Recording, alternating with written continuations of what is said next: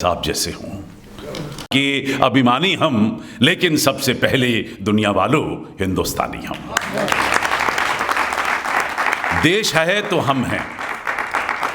आप सभी लोग इतने पढ़े लिखे और यहाँ पर इतनी पढ़ी लिखी जनता, कई बार तो ऐसे फंक्शंस में जाकर एड्रेस करना पड़ता है कि खुद का सर खुजाना पड़ता है कि जो बोल रहा हूँ समझेंगे कि भी नहीं।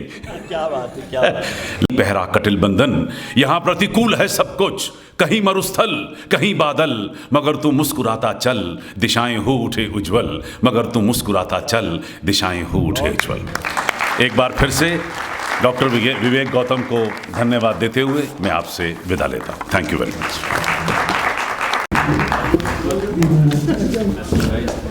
अब आप समझ सकते हैं कि क्या आवाज़ और क्या अंदाज़, और अच्छा हुआ कि आप फिल्मों में स्टार नहीं बने, अन्यथा तो हमारे कब्ज़े में नहीं आते। आज हमारा सौभाग्य है। और कुंवर बेचैन साहब की जो पंक्तियाँ है ना, वो इन्हीं के लिए लिखी गई थी कि पूरी धरा भी साथ दे तो और बात है। हाँ, कि पूरी धरा भी साथ दे तो और बात है, पर तू ज़रा भी साथ दे तो और बात है। चलने को एक पाँव से भी चल रहे हैं लोग, पर दूसरा भी साथ दे तो और बात है। तो हम तो एक पैर वाले हैं, जब आपके पैर मिल जाते हैं तो हम दौड़ने लगते हैं। तो ये जो दौड़ है वो कहीं पांडे जी, कहीं सचदेवा जी, शैल साहब, जितने भी हमारे मित्र हैं, जितने लोग बैठे हैं और आप सब बैठे हैं, वो दूसरा बल देते हैं, शक्ति देते हैं, जिससे हम दौड़ पाते हैं। अच्छा लगता है सुनने में कि विवेक कर रहा है, लेकिन अगर आप सब ना हो तो कैसे होगा। हमारी बहुत आदरणीय शशि दीदी बैठी हुई हैं, मैं उनका बहुत बहुत अभिनंदन करता हूँ उद्भव की तरफ से। और हमारे बीच में डॉक्टर शैलेश गुप्ता जो कि सर्जन हैं, इसमें हमारे बड़े जो भारत सरकार का बड़ा हॉस्पिटल रहा है, विलिंगडन ही कहते थे पुराने ज़माने में उसको, RML रामन और लोहिया में थे, आजकल मैक्स हॉस्पिटल IP एक्सटेंशन में है। शिवम गुप्ता जी जो इंजीनियर हैं, और PS गुप्ता जी।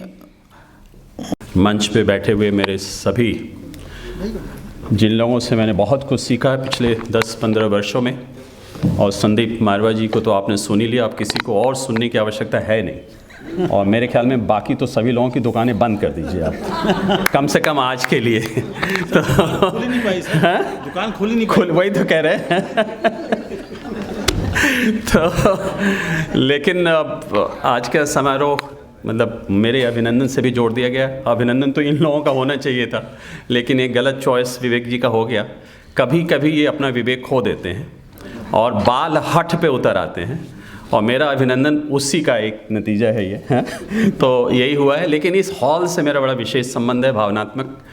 मुझे भारत सरकार का जो एक CBSE अवार्ड होता है वो इसी हॉल में मिला था, तो उसकी याद आ गई मुझे। मेरी एक विद्यार्थी थी जिसका पहला जो डांस परफॉर्मेंस होता है, जब वो डांस पे उसके गुरु ने लॉन्च किया, वो भी इसी हॉल में हुआ था। तो ये दो यादें जुड़ी हुई हैं। विवेक जी के तो कार्यक्रम होते ही रहते हैं। और आज की जो सबसे बड़ी बात यह है कि आज अब 3 ऐसी चीज़ें हो रही हैं यहाँ पे। मेरी पत्नी मेरे साथ हैं, मेरा अल्कॉन परिवार है, उसके प्रिंसिपल संजय जी बैठे हुए हैं, मेरे सहकर्मी बैठे हैं, मेरी एक छोटी विद्यार्थी भी बैठी हुई है। वहाँ से हाथ उठा दो, सब लोग देख लें, और इसके लिए ताली बिठा दीजिए। तो और तीसरा जो मेरा उद्भव परिवार है वो भी भरा हुआ है। तो मेरे 3 परिवार के लोग हैं यहाँ आज। तो आप समझ लीजिए कि ये मेरे लिए कितना विशेष दिन है, और मैं आप सभी लोगों का बहुत ही आभारी हूँ। और संदीप जी, एक चीज़ मैं बताना चाहता हूँ, आप बड़े नंबर लेके गए हैं अपनी बातों से, उसमें से एक नंबर मैं कम करना चाहता हूँ। सारे नंबर आपके। तो सारी ज़िंदगी यही किया है। हाँ? तो आप देखिए संदीप जी कितने विनम्र हैं, ये तो आपने देख ही लिया ना। मतलब बोलते इतना अच्छा हैं, मतलब दिल के अंदर तक जाते हैं, और कहते हैं कि मैं हिंदी सीख रहा हूँ। मतलब ये कोई बात हुई है? मैं हिंदी सीख रहा हूँ। अगर आप हिंदी सीख रहे हैं तो हम लोग तो नर्सरी में हैं अभी। है? लेकिन एक जो बड़ी बात मैं आपको बताना चाहता हूँ, ये कहानी मुझे याद आ गई। अब आप समय का ध्यान मत रखिएगा, ठीक है ना, क्योंकि ये उनके हिस्से में जाएगा। ये जो उनके बारे में बोलूँ वो उनके टाइम में जाएगा। बिल्कुल बिल्कुल, ठीक है। थोड़ा ऐसे बोल दीजिए। तो UK में आप लोगों ने सुना बहुत पहले, है ना, डिज़रायली और ग्लैडस्टोन 2 लोग हुए थे जो कि बड़े समकक्ष थे, बड़ी पॉलिटिकल राइवलरी थी उसमें। एक 3 बार प्रधानमंत्री रहा, एक 2 बार प्रधानमंत्री रहा, और दोनों में इतनी राइवलरी थी कि डिज़रायली ने कहा कि अगर ये ग्लैडस्टोन पानी में गिर जाए तो ये जो है ना मिस फॉर्चून है, और अगर कोई दूसरा निकाल ले उसको तो वो कैटास्ट्रॉफी है। तो उसकी ये मतलब ये राइवलरी थी। तो किसी ने पूछा भाई इतने ये कैरिस्मेटिक क्यों हैं, या एक थोड़ा पॉपुलर है, एक कम है, ये है। एनीवे शॉर्ट में मैं बता रहा हूँ। तो एक महिला ने कहा कि मुझे इन दोनों के बारे में जो डिफरेंस है वो पता है, मैं दोनों के साथ डिनर कर चुकी। तो उसने बताया कि जब मैं ग्लैडस्टोन के साथ डिनर पे गई तो वो बहुत बड़ा आदमी है, मुझे लगा कि दुनिया का सबसे इम्पॉर्टेंट आदमी है वो, और मैं बड़ी प्रभावित हुई उससे। लेकिन जब दूसरी शाम मैं डिज़रायली के साथ जब डिनर लिया तो लौट के मुझे लगा कि मैं दुनिया की सबसे इम्पॉर्टेंट व्यक्ति हूँ। संदीप मारवा यही काम करते हैं। हॉल में बैठे सभी लोगों को इन्होंने बता दिया कि हम लोग कितने इम्पॉर्टेंट आप हो जी। तो ये आपकी ह्यूमिलिटी है, ये आपकी विनम्रता है। आप क्या हैं ये तो 1-2 साल लगेगा आपके ऊपर रिसर्च करने में, और लेकिन आप हम सभी लोगों को इतना इम्पॉर्टेंट फील करवा दिया कि हम अपने आप को बहुत बड़ा समझ के इस हॉल से जाएंगे। और आज के जो मुख्य केंद्र बिंदु तो हमें कोमल को ही समझना चाहिए, क्योंकि इन्होंने जो है आपके शब्दों में जुड़वां पुस्तकों को जन्म दिया है, यही कह रहे थे ना। हाँ जी, हाँ जी। और कोमल, नाम कोमल है इनका, और स्वर इनका, और जो बातें ये बोलती हैं वो पंचम से भी आगे है। पंचम स्वर किताब लिखा आपने, ये दशम से भी आगे हैं जो जब इन्होंने बोला उसको। और मेरे साथ भी कुछ ऐसे, मैंने अगर ये दोनों किताबें पढ़ी होती तो बहुत कुछ मैं बोलता, लेकिन ऐसे जैसे ही ये किताब खुली और मैंने इसको खोला और इसका 27 पेज मेरे हाथ में आ गया। देखिए मैंने ये रख लिया इसको कि भूलूँ ना, 27, और बस ये 27 पेज पे क्या लिखा है यही कह के और विवेक जी को धन्यवाद दे के मैं बंद कर देता हूँ, और इससे समझ जाएंगे कि मेरी आज की भावना क्या है। तो ये देखिए अंत वाला पढ़ रहा हूँ कोमल में सिर्फ। असफलता भरे इस जीवन में सफलता रूपी धारा का स्रोत फूटेगा एक दिन। असफलता भरे इस जीवन में सफलता रूपी धारा का स्रोत फूटेगा एक दिन। न कर तू परिणाम की चिंता, कर्तव्य पथ पर आगे बढ़ना तेरा काम है। हर चुनौती स्वीकार्य करना होगा, साथ तेरे मर्यादा पुरुषोत्तम राम है। तो यही आप सभी लोगों के सम्मान में मुझे कहना था। बहुत बहुत धन्यवाद कि आप लोग आए और अपना समय दिया। Thank you. बहुत बहुत धन्यवाद आदरणीय अशोक पांडे जी। चुपके से निकल रहे हैं हमारे नंदकिशोर शर्मा जी। विवेक जी बहुत बहुत धन्यवाद, आभार। यहाँ बैठे नक्षत्रों की बात करने से पहले और यहाँ जो सितारे बैठे इनकी बात करने से पहले मुझे एक बात याद आ रही है। कल एक मेरे परिचित हैं डॉक्टर, बड़े विद्वान डॉक्टर हैं, और एक ज़माने में अमेरिकन प्रेसिडेंट के डॉक्टर हुआ करते थे। उन्होंने मुझसे एक प्रश्न पूछा, ऐसे ही उनसे बातचीत होती रहती है। प्रश्न पूछा तो मैंने कहा ये प्रश्न तो काफ़ी डिज़ाइनर प्रश्न है। बोले इसका क्या मतलब हुआ? डिज़ाइन तो हमने, बच्चे होते हैं, घर होता है, ये होता है, बच्चे तो हम करवाते हैं डिज़ाइनर। वो कैसे?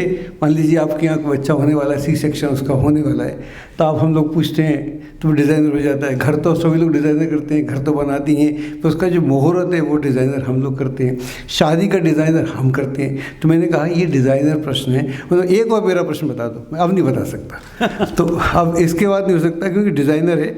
उसके बाद मैंने घर आके देखा, मैंने कहा ऐसा क्या हो गया जो मैं डिज़ाइनर बोला। तो मैं देखता हूँ आज की डेट में 6 तारीख से लेकर 12 तारीख तक, आज 12 तारीख है, तो 12 तारीख तक कितने ग्रह एक लाइन में परेड हो रही है, लिखा परेड है। वहाँ पर कैरिसस, यूरेनस, नेपच्यून और जुपिटर, सैटर्न, वीनस और मून, तो 5-6 ग्रह अगर शाम को देखेंगे आप तो आपको दिखने को मिल जाएंगे। तो जब इतने अच्छे अच्छे ग्रह आकाश में एक लाइन से होते हैं तो इस तरह के स्टालवर्ड से मुलाकात होती है। तो ये सारे स्टालवर्ड्स हैं, और ग्रह तब तक काम नहीं करता जब उसके पीछे बैकग्राउंड नक्षत्र ना हो। तो आप सब लोग नक्षत्र हैं, और ये मेरा बड़ा सौभाग्य है कि मैं इन नक्षत्रों और ग्रहों के बीच में अपने आप आ गया। मैं सोचा भी नहीं था। मैं बीच में सूर्य तो मैं इनके बीच में आया और सबसे पहले अशोक पांडे जी को मैं बहुत पहले से जानता हूँ।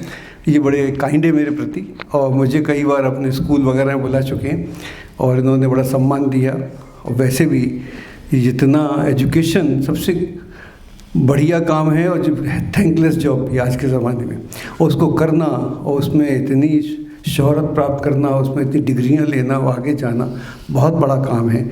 और दुनिया में अपना नाम पैदा करना ये देश का नाम होता है। और जो आज के संतान है, बच्चे हैं, ये उनका भविष्य बनाते हैं। कहते हैं आप आ जाओ और फिर मैं आ जाता हूँ। तो अब मैं क्या करूँ, बोलते आ जाओ तो माना पड़ेगा ना, मना नहीं कर सकते।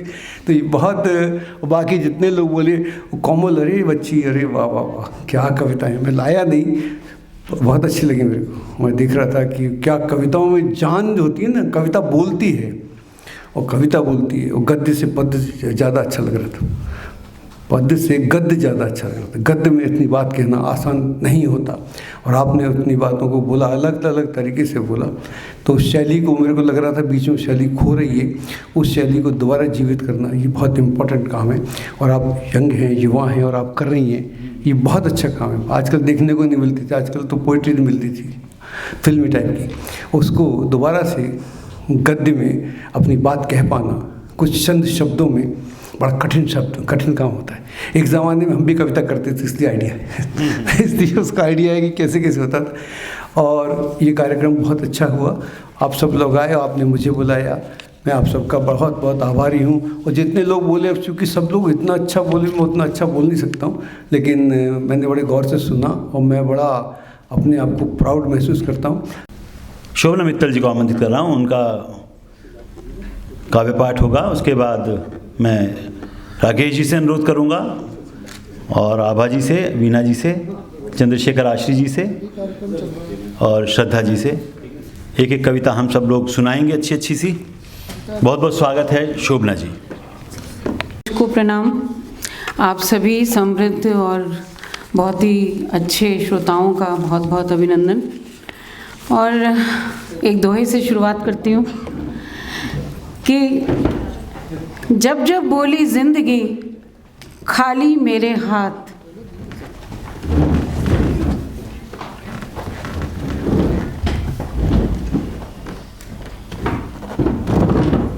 जब जब बोली जिंदगी खाली मेरे हाथ, हंसकर बोला दर्द ये मैं हूँ तेरे साथ। हंसकर बोला दर्द ये मैं हूँ तेरे साथ। इस दर्द के बावजूद भी एक हाइकू में कहा है मैंने कि कांटों के बीच खिलेंगे गुलाब भी, बस तू सींच। कांटों के बीच खिलेंगे गुलाब भी, बस तू सींच। और एक कविता का आदेश है और कविता है दर्द के जंगल। वाह, स्वागत है। औरतें होती हैं गिलहरियाँ, औरतें होती हैं गिलहरियाँ, छिपाकर भूल जाती हैं कितनी हसरतें, कितनी उमंगे, कितने सपने यहाँ वहाँ। दराजों में बिछे अखबारों के नीचे, अलमारी में रखे कपड़ों के पीछे, पोटली बनाकर किसी संदूक या कनस्तर में, कागज में लपेट कर किसी शाफ्ट में रख देती हैं अपनी सारी उमंगे, सारी हसरतें, सारे सपने। इन भूले हुए सपनों, भूली हुई हसरतों पर जमती चली जाती है वक्त की गर्द। और एक दिन फूटने लगते हैं उनसे दर्द के अंकुर। वाह। और फूटने लगते हैं अंकुर उनसे, अंकुर दर्द के, पछतावे के, जो धीरे धीरे बदल जाते हैं पीड़ा के जंगल में, जो धीरे धीरे बदल जाते हैं पीड़ा के जंगल में। उम्र के जोड़ों पर उतरने के साथ, उम्र के जोड़ों पर उतरने के साथ उभरने लगते हैं दर्द के जंगल, पछतावे की नागफनियाँ जिसमें भटकती लहूलुहान होती फिरती हैं औरतें। क्या बात। और तो बंद भी करो अब ये हसरतें छिपाना, बंद करो ये हसरतें छिपाना।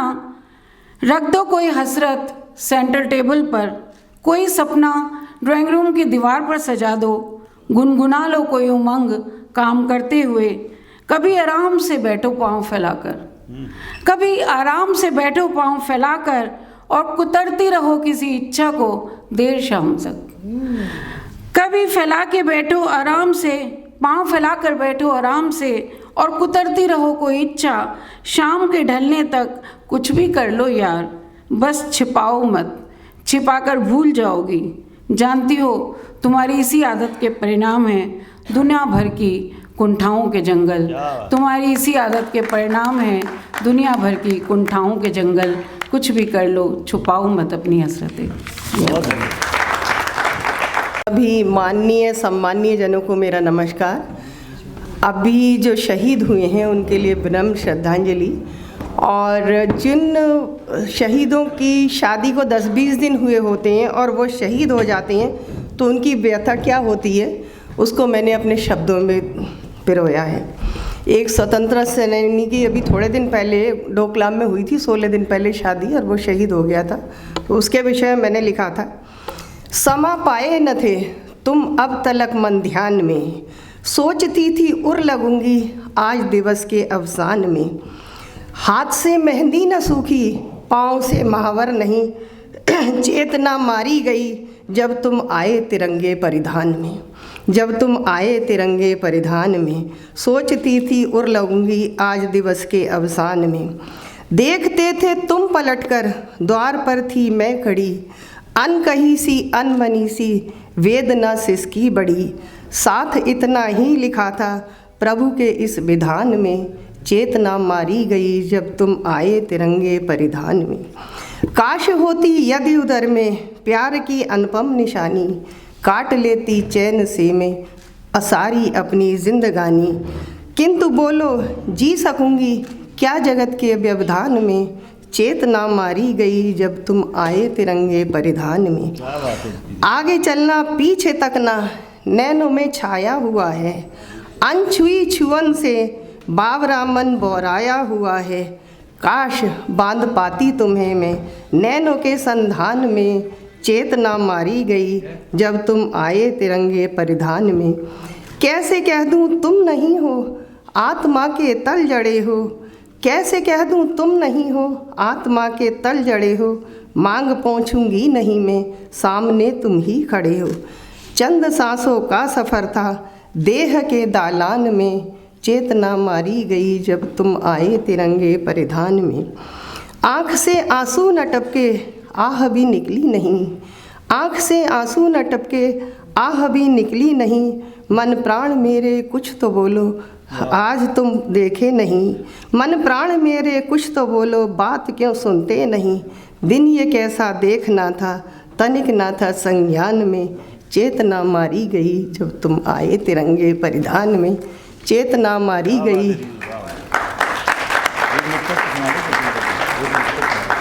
एक मुक्तक, हाँ मैं बड़े अच्छी मुक्तक लिखी दीदी। बात न कहना सबके आगे जग मुस्काई होती है, बात न कहना सबके आगे जग मुस्काई होती है। कौन समझ ले प्रीत किसी की प्रीत पराई होती है।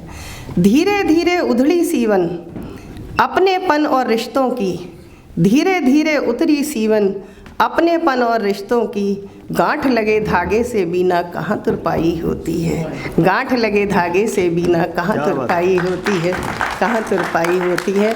आपका बहुत बहुत धन्यवाद डॉक्टर विवेक गौतम, मेरे छोटे भाई जैसे हैं, मुझे यहाँ आमंत्रित करके धन्य किया। मैं बहुत बहुत धन्यवाद करती हूँ आपका। धन्यवाद। Thank you. बहुत बहुत धन्यवाद डॉक्टर वीणा मित्तल जी। और अब मैं अनुरोध कर रहा हूँ, क्योंकि मंच पर ही बैठे हुए हैं, एक अलग स्वर है भारत के सर्वोच्च न्यायालय में अधिवक्ता, चैम्बर नंबर भी बता सकता हूँ उनका, वैसे ज़रूरत पड़े तो 89 नंबर चैम्बर है उनका, और बहुत अच्छे इंसान, वकील कम कवि ज़्यादा, हृदय स्पर्शी कविताएं लिखते हैं, चंद्रशेखर आश्री जी।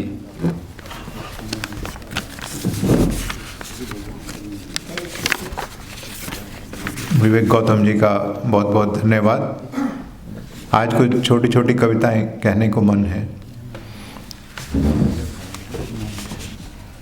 उठते अंगूठे बजती तालियां,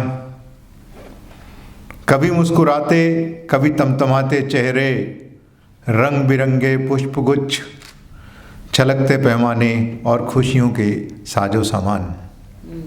और खुशियों के साजो सामान ये सब एहसास कराते हैं कि आपका व्हाट्सएप ग्रुप चालू है।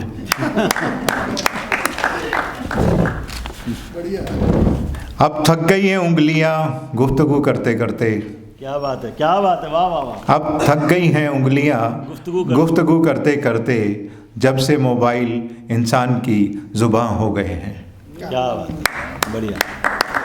जुबां खामोश है, एक भूली बिसरी दास्तान बन गई है। अब एक बचे खुचे लोग, एक कविता है। बचे खुचे लोग मिलकर साथ चलकर एक गजब का विश्वास जगा रहे, कभी अपने तरानों से कभी अपने अफसानों से, हताशा और निराशा के दौर में आशाओं के दीप जला रहे। बहुत ही गजब हैं ये बचे खुचे लोग। वाह।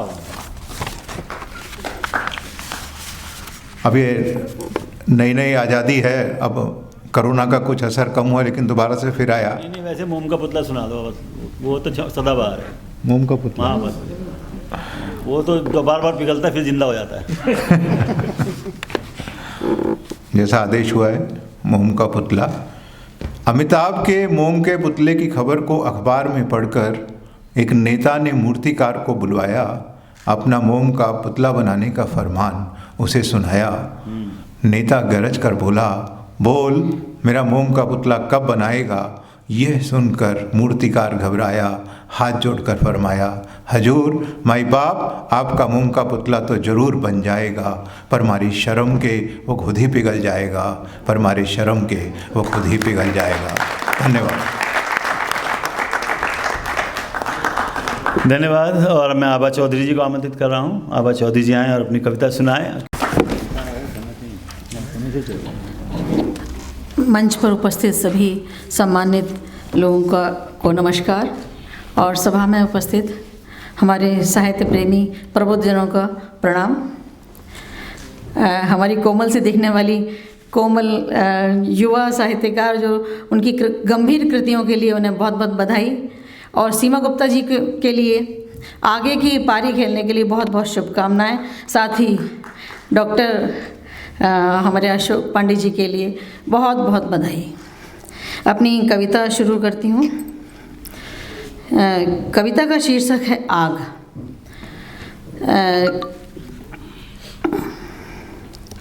आग से शुरू हुई इस सभ्यता में, आग से शुरू हुई इस सभ्यता में बची रहे कुछ आग, दहकते रहे अंगारे हृदय में हवाओं में। आग से शुरू हुई सभ्यता में बची रहे कुछ आग, दहकते रहे अंगारे हृदय में हवाओं में। क्यों? क्योंकि आग है तो निपट ही लेगा निष्ठुर जंगलियत से। क्योंकि आग है तो निपट ही लेगा निष्ठुर जंगलियत से, लड़ लेगा भूख आक्रोश और जंगलियत से, निपट ही लेगा निष्ठुर जंगलियत से और लड़ लेगा, सीख लेगा लड़ना भूख आक्रोश और खुद से लड़ने को, बना लेगा कोई हथियार लड़ने को। क्योंकि आग है तो काट ही लेगा रात हताशा निराशा और बेजुबानी की। आग है तो काट ही लेगा रात हताशा निराशा और बेजुबानी की, बना लेगा कोई मशाल, ढूंढ लाएगा कुछ दाने कल की फसल के लिए। क्योंकि आग है तो तैयार करेगा कुछ औजार, आग है तो तैयार करेगा कुछ औजार सपनों की मरम्मत के लिए, और बचा लेगा अपने टूटे फूटे जमीर के किचन को। और आग है तो ज़रूर संभालेगा, आग है तो ज़रूर संभालेगा दरकते हवा होते संबंधों को। आग है तो ज़रूर संभालेगा दरकते हवा होते संबंधों को, बना लेगा कोई पुल नफ़रतों को रोकने को। तो इसलिए बची रहे कुछ आग हृदय में हवाओं में, दहकते रहे अंगारे हृदय में हवाओं में। धन्यवाद।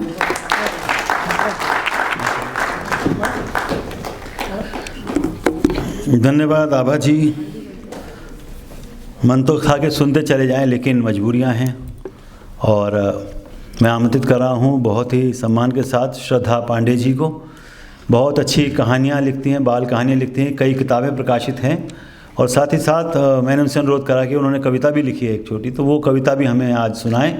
वैसे तो वो कहानी, उनका प्रोग्राम बहुत बच्चों के लिए बहुत पॉपुलर हो रहा है और उनको अनेक सम्मान भी मिले हैं इस चीज़ के लिए, और बहुत उनका जो प्रोनाउंसिएशन है और जो मॉड्यूलेशन ऑफ वॉइस है दैट इज़ एक्सीलेंट। आप अभिनंदन करें श्रद्धा पांडे जी। नमस्कार। आदरणीय मंच और सभागार में बैठे हुए सभी लोग, विवेक जी ने आज मेरी दशा और दिशा दोनों बदल दी है और उन्होंने कहा है कि नहीं, आपको कविता सुनानी पड़ेगी। शायद कोमल कवित्री की वजह से, कोमल कवित्री को मैं इसलिए कोमल कवित्री कह रही हूँ क्योंकि सुनने में बड़ा अच्छा लग रहा है। बहुत बहुत आशीर्वाद। और इन्होंने मेरी जब राह बदल दी तो मैंने कहा ठीक है, फिर कविता ही सुनाते हैं। और कविता है मेरी खत। जिन लोगों ने कभी पत्र लिखा होगा अपने भाई, बंधु, प्रियतम को, प्रिय को, तो वो मेरे इस कविता से ज़रूर जुड़ पाएंगे। तेरे खतों को छिपा कर रखा है, प्यार को तहों में दबा कर रखा है। तेरे खतों को छिपा कर रखा है, प्यार को तहों में दबा कर रखा है। कितनी शरारतों के गवाह हैं ये खत, इन न जाने कितनी कहानियों के राज हैं ये खत। इनमें संबंधों की गहराई को छिपा कर रखा है, तेरे खतों को छिपा कर रखा है। जब खोलती हूँ इन्हें छू छू कर जी लेती हूँ, जब खोलती हूँ इन्हें छू छू कर जी लेती हूँ। सच कहूँ तो वे प्यार के पल दोबारा जी लेती हूँ। आज भी इश्क की खुशबू इनसे आती है, तुम्हारे छुअन की हर बातें ये बताती हैं। देखो सालों से इन्हें संभाल रखा है, तुम्हारे खतों को छिपा रखा है।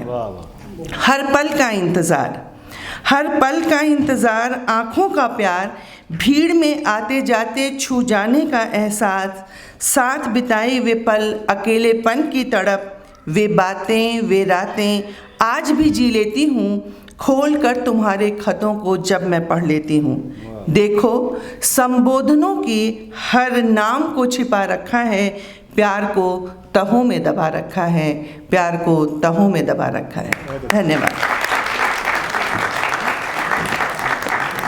बहुत धन्यवाद श्रद्धा पांडे जी। और मैं आमंत्रित कर रहा हूँ हमारे साथ मंच पर विराजमान प्रवासी संसार पत्रिका के संपादक और बहुत अच्छी मिट्टी से जुड़ी हुई कविताएं, मन की कविताएं लिखते हैं, राकेश पांडे जी।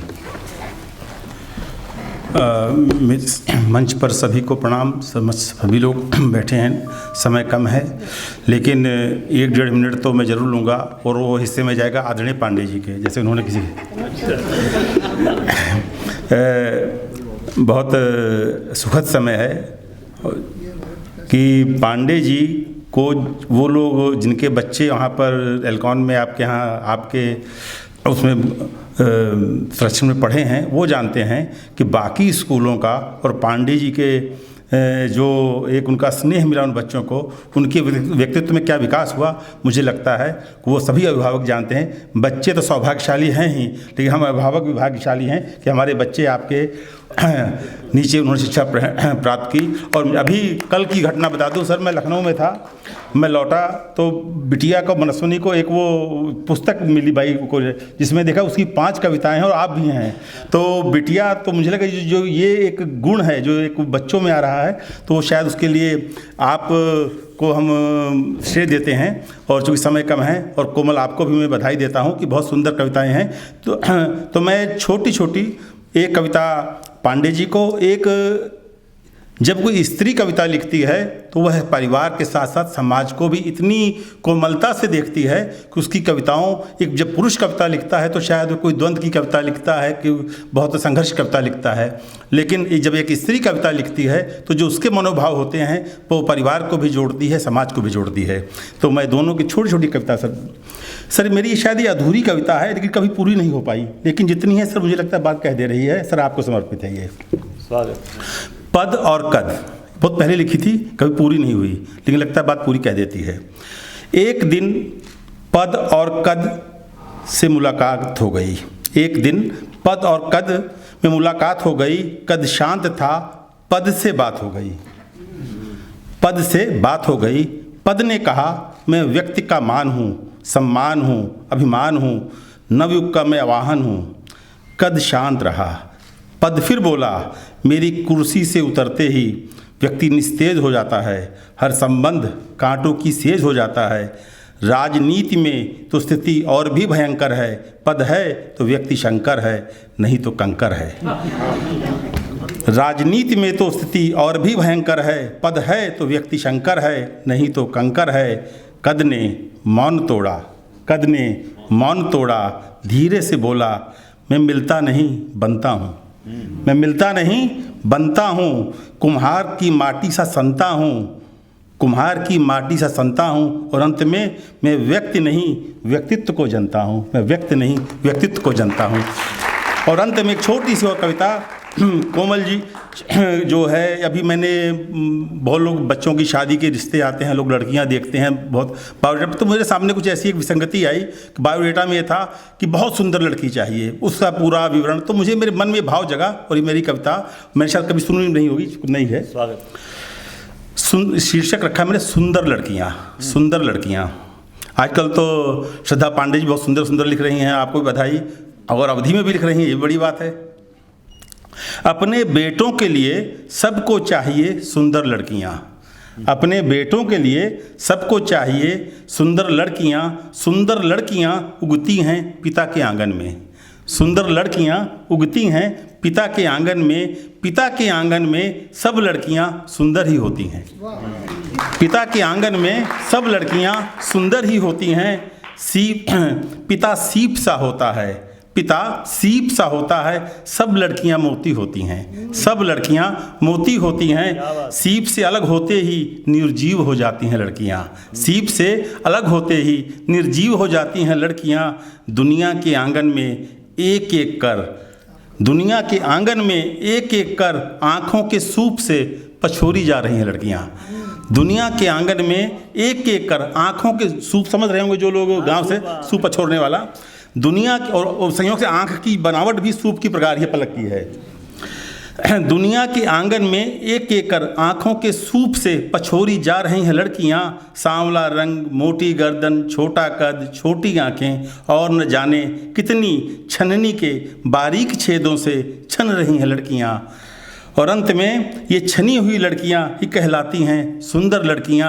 और बात है उसके बाद कि समाज की निगाहों में आज भी बार बार छन रही हैं सुंदर लड़कियां, सुंदर लड़कियां। धन्यवाद, बहुत धन्यवाद आशीष राकेश पांडे जी।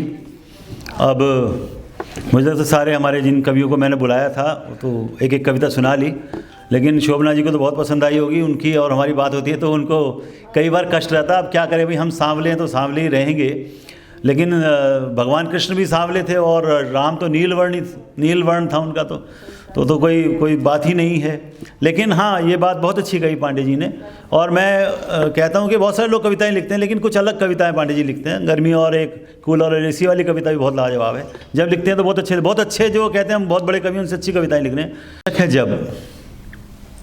जब रातें नंगी नशे में धुत हो जाएं और सवेरे बेशर्म, जब रातें नंगी नशे में धुत हो जाएं और सवेरे बेशर्म, तब आदमी का सभ्य हो जाना कुछ भी नहीं। घर लौटने की बात पर जब दिल कांपने लगे, घर डराने लगे, वापसी के रास्तों पर कदम अनमने हो जाएं, तो आदमी की तरक्की और उसकी बिसात कुछ भी नहीं। जब रिश्तों के खालीपन के बोझ तले दबकर आदमी की मौत हो जाए, जब रिश्तों के खालीपन के बोझ तले दबकर आदमी की मौत हो जाए, जब सांसों का आना जाना सीने को आरी की तरह काटने लगे, तब आदमी की शोहरत और उसका मुकाम कुछ भी नहीं। जब आईना झूठ बोलने लगे और आँखों के पानी का खारापन खत्म हो जाए, जब आईना झूठ बोलने लगे और आँखों के पानी का खारापन खत्म हो जाए, जिस्म राख के ढेर की मानिंद बिखर जाए, तो आदमी की ज़िंदगी और उसकी बिसात कुछ भी नहीं। और जब बस्तियाँ बाज़ारों में तब्दील हो जाएं, जब बस्तियाँ बाज़ारों में तब्दील हो जाएं, आदमी बिकने लगे निगाहों में और एहसास नोटों की भाषा बोलने लगें। जब बस्तियां बाज़ारों में तब्दील हो जाएं, आदमी बिकने लगे निगाहों में, एहसास नोटों की भाषा बोलने लगें, और बाबा बदलने लगे भगवानों में, और बाबा बदलने लगे भगवानों में, तो आदमी के भीतर का जंगल और उसका खूंखारपन कुछ भी नहीं। तब आदमी के भीतर का जंगल और उसका खूंखारपन कुछ भी नहीं। जब रातें नंगी नशे में धुत हो जाएं और सवेरे बेशर्म, तब आदमी का सभ्य हो जाना कुछ भी नहीं। आपका बहुत धन्यवाद, आपने सुना। और चलते चलते शिव सचदेवा जी से मैं अनुरोध कर रहा हूँ, आप सभी का धन्यवाद करेंगे वो माननीय शिव सचदेवा जी, चेयरमैन सजग प्रकाशन और सजग समाचार। बहुत पुरानी मुलाकात है, लायंस क्लब से भी जुड़े हुए हैं, बहुत सोशल एक्टिविस्ट हैं और बहुत मेहनत करके आज बड़े लेवल तक आप पटपड़गंज इंडस्ट्रियल एरिया में आपका प्रेस है, काम करते हैं, बहुत अपना मन दिखाते हैं। आप स्वागत करें शिव सचदेवा जी। धन्यवाद विवेक जी। आभार का तो निश्चित है कि आभार करने के बाद कोई कार्यक्रम में आगे नहीं चलेगा। कांदे जी आप निश्चित है। तो आभार तो वैसे सभी वक्ताओं ने और कवि ने भी बोला है यहाँ पर, परंतु औपचारिक रूप से मेरे को बोला गया तो मैं बोलूँगा। लेकिन उससे पहले शुभकामनाएं कोमल जी को, जिनकी 2 पुस्तकें लोकार्पित हुई हैं आज, और अशोक पांडे जी को, जिनका अभिनंदन यहाँ किया गया है। उद्भव खुद सम्मानित महसूस कर रही है अशोक जी का अभिनंदन करके। मेरी ईश्वर से प्रार्थना है कि आप ऐसे सम्मान प्राप्त करें, उपलब्धियाँ प्राप्त करें और संस्था को अवसर मिले कि आगे भी आपको सम्मानित करने का और अभिनंदन करने का आपका। आप सब लोग यहाँ आए, अपनी कीमती समय में से समय दिया, धन्यवाद। आज के लिए सब नहीं, धन्यवाद बहुत। जो लोग विलम्ब से आए, चाय नहीं ले पाए, उनको अपने घर जाके चाय पिएं और खाना खाएं। साहित्यिक संस्था चाय पिला सकती। हाँ, क्षमा करें, मैं चलते चलते एक काम करना जरूर चाहूँगा, 1 सेकंड का समय लूँगा। हमारे बीच में जो हमारे आदरणीय यादव जी हैं, संजय यादव जी, वो कृपा कर मंच आए। बेटा बुके लाओ एक, हमारी तस्वीर चलते चलते रहे। आशीष जी आप चिंता ना, आप जा भी सकते हैं। और मेरा शील्ड और मेरा सर्टिफिकेट तो आप ले ही जाएंगे वापस, फिर वहाँ ले लेंगे, कहीं ले लेंगे, यहाँ दे दें। करने दो, कर दो। अब क्या खत्म हो गया ना, अब तो प्रोग्राम पढ़ सकते हो। आइए क्योंकि मैंने जब सुबह मैं सोच रहा था, मैंने बैठा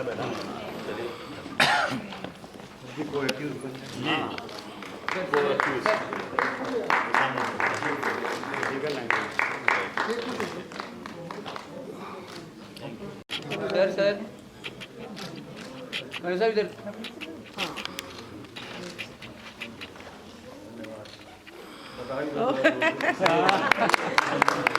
इधर सर सर सर सर ये शॉट ऐसे उड़ा रहा हूँ कि विश्व की साहित्य परिषद के वो पुस्तकों का लोकार्पण सर एक ग्रुप फोटो हो जाए सर।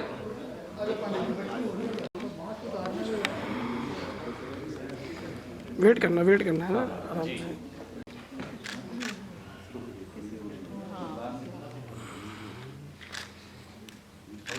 आप भी आ जाओ भैया। आ जाएंगे।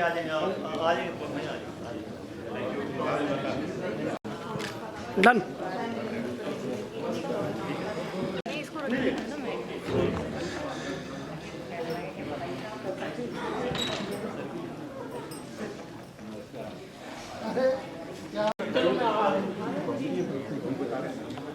ले लो भाई तुम फोटो। कोई नहीं आ रहे। आज जो कार्यक्रम में जी नाम और परिचय के साथ आज के कार्यक्रम के लिए 2 शब्द। मैं शैलेंद्र शैल हिंदी का कवि हूँ, उपन्यासकार भी हूँ और कई सांस्कृतिक संस्थाओं से जुड़ा हुआ हूँ। आज के कार्यक्रम के लिए मैं उद्भव के संस्थापक और एक तरह से महामंत्री डॉक्टर विवेक गौतम का बहुत बहुत अभिनंदन करता हूँ कि उन्होंने आज एक बहुत बड़े महाशिक्षाविद डॉक्टर अशोक पांडे का अभिनंदन किया और साथ ही कोमल की 2 कविताओं का लोकार्पण किया गया। मैं उन्हें फिर से इस कार्यक्रम की सफलता के लिए बहुत बहुत बधाई देता हूँ। क्या कहेंगे इस मौके पर? जी मेरा नाम कोमल है। दिल्ली विश्वविद्यालय से ही मैंने स्नातक और परास्नातक की डिग्री प्राप्त की है और कविता के क्षेत्र में मेरी शुरू से ही रुचि रही है और मेरी शब्द परिपक्व तब हुई जब मैं डॉक्टर कंदवे जी से मिली। और आज उसी परिपक्वता का परिणाम है कि आज मेरी 2 पुस्तकों का लोकार्पण इस प्रतिष्ठित सभागार में हो रहा है। तो आगे भी कोई कविताएं की बुक्स देखने को मिलेंगी? जी बिल्कुल मिलेंगी। आप सभी के सहयोग और मार्गदर्शन के कारण मैं इस क्षेत्र में आगे ज़रूर बढ़ूंगी। पगडंडियों से आगे और पंचम स्वर, इसमें किस तरह की कविताओं का आपने समावेश किया? जी, पंचम स्वर में मेरी उस तरह की कविताएं हैं जिसमें हाइकू लिखे गए हैं। हाइकू बहुत ही प्रचलित विधा है, भारत में बहुत चल रही है, जापानी विधा है। इसमें 5-7-5 का क्रम होता है। इसके अलावा जो मेरी पगडंडियों से आगे पुस्तक है वो काव्य संग्रह है, उसमें कविताओं का संग्रह है। इसमें सभी तरह की कविताएं हैं। धन्यवाद। के कार्यक्रम के लिए 2 शब्द आपकी तरफ से। बहुत दिनों से प्रतीक्षित था ये आयोजन हमारा, उद्भव संस्था का। हमारे संरक्षक जो हैं अशोक पांडे जी, उनको एक डॉक्टर्स ऑफ लेटर्स की उपाधि मिली थी, डॉक्टर ऑफ लेटर्स की यूएसए से। उनका अभिनंदन था और एक कोमल जो युवा कवियत्री हैं उसकी 2 किताबों का लोकार्पण था। तो उद्भव ऐसे आयोजन निरंतर समय समय पर करती रहती है और युवाओं को आगे बढ़ाना साहित्यिक संस्थाओं का फ़र्ज़ भी है और जिम्मेदारी भी है, उसको हम करने की कोशिश करते रहते हैं। और जो लोग आज आए अलग अलग क्षेत्रों से, पंडित अजय भांबी जी या फिल्म सिटी से जो हमारे संदीप महारवा जी, अशोक पांडे जी, सभी लोग अपने क्षेत्र में अद्वितीय हैं। और आपने किरण शर्मा जी का मैं और आपका बहुत बहुत धन्यवाद देता हूँ सैफ़ी साहब कि आपने इसको कवरेज किया और भविष्य में आपका सहयोग मिलता रहेगा। मुझे लगता है कि जो कविताएं भी आज सुनाई गई, चाहे वो आभा चौधरी ने सुनाई, चाहे श्रद्धा पांडे जी ने सुनाई, चाहे चंद्रशेखर आश्री ने या शोभना मित्तल ने, वीणा मित्तल जी ने या मैंने, कुछ ना कुछ उसका आज राकेश पांडे जी ने बहुत अच्छा एक निकला है उसका एसेंस कि आज लोग लिख रहे हैं तो मीनिंगफुल लिख रहे हैं। उद्भव और भी प्रोग्राम देखने को मिलेंगे अब? उद्भव के आयोजन बिल्कुल मिलते रहेंगे और रचना पाठ भी और सम्मान समारोह भी हम करते हैं। जो भी काम अच्छा करते हैं समाज में, हम उनको आगे बढ़ाने का, उनको हौसला देने का और अपने लिए भी गौरव की स्थिति पैदा करने का हम काम करते हैं। तो बहुत सारे लोग देखा आपने, यूनिवर्सिटी के लोग भी थे, आज अच्छे लोग थे, सब लोग यहाँ उपस्थित थे, चार्टर्ड अकाउंटेंट्स भी थे, इंजीनियर्स भी थे, अलग अलग फील्ड के जो लिटरेचर से संबंध नहीं भी रखते वो भी लोग आए। तो आपका स्वागत है और बहुत बहुत आपने कवरेज किया, उसके लिए मैं आपका बहुत बहुत आभार व्यक्त करता हूँ। न्यूज़ फोल्डर के लिए भी और चैनल्स का भी बहुत बहुत धन्यवाद। Thank you so much.